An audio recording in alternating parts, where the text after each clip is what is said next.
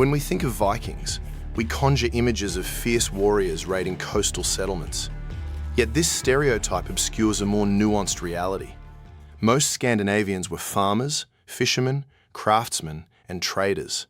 Some even skilled explorers who reached Iceland and Greenland centuries before Columbus. The animals they kept alongside them were vital to both domestic life and global commerce. From working hounds and pest-hunting cats to prized bears, these creatures functioned as loyal protectors, prestige symbols, and keys to immense wealth.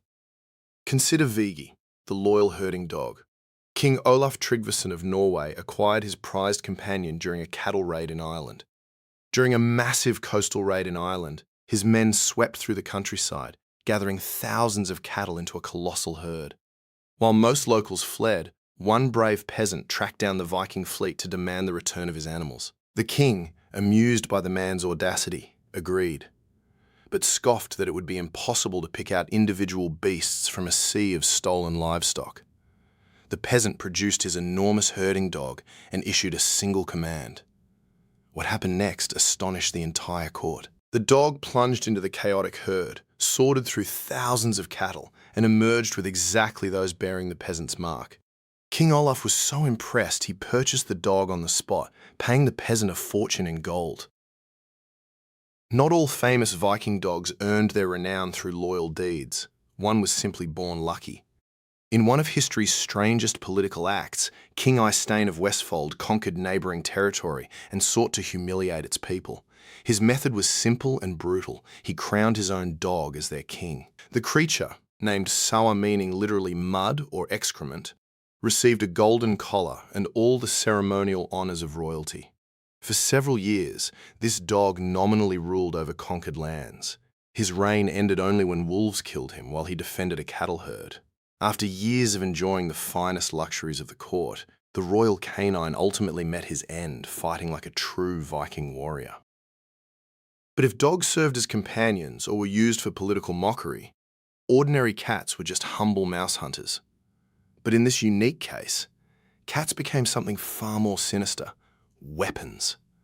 The settler Thorolf's sledgehammer kept no ordinary livestock. Instead, he bred 20 massive, pitch-black cats, ferocious attack animals trained to intimidate rivals during a bitter local feud. When 18 armed men arrived at his farm to forcibly evict him, Thorolf barricaded himself inside and positioned his entire pack at the entrance. The sight of 20 hissing, snarling cats rumoured to be witchcrafted was enough to break the Vikings' courage. Unwilling to face a cursed pack, the men used fire to burn down the house. Thorolf fled into the smoke but stumbled to his death in a nearby ravine. The magical cat survived the flames, escaping into the wild to plague the local countryside. The most remarkable animal companion of the Viking Age was neither dog nor cat, but a polar bear. An Icelander named Audun spent his entire fortune purchasing a tamed polar bear in Greenland. A magnificent creature he named Barhold. His ambition was bold: travel to Denmark and present the beast as a gift to King Svein Estridsson. But fortune intervened. His ship was blown off course and landed in Norway, ruled by King Harald Hardrada, a sworn enemy of the Danish king. When Harald learned of the Icelander's treasure, he summoned Audun to court and offered an enormous sum for the bear. Audun refused. Harald doubled the price. Again, Audun refused, declaring his sacred oath to gift the bear to the Danish king alone. Facing what seemed like certain death, Audun braced for execution. Instead, King Harald, moved by the Icelander's unwavering loyalty, permitted him to continue. When Audun finally reached Denmark, King Svein was astounded not only by the magnificent gift, but by the courage required to deliver it. The Danish king rewarded Audun with immense riches and royal favour, transforming him from a poor explorer into a wealthy man. He returned to Iceland, able to provide his ailing mother with the comfortable life she deserved. In addition to dogs and cats, the Norse elite kept surprisingly exotic animals to display their immense wealth and power.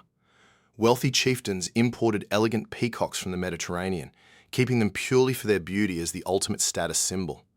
They also captured majestic, white Greenland gyfalcons, which were highly prized by foreign kings and sold across Europe for royal falconry. Some Norsemen even tamed wild brown bear cubs to live inside their longhouses as house bears. though these massive pets often caused chaos among neighbours. From colourful birds to apex predators, these animals were living proof of the staggering reach of the Viking world.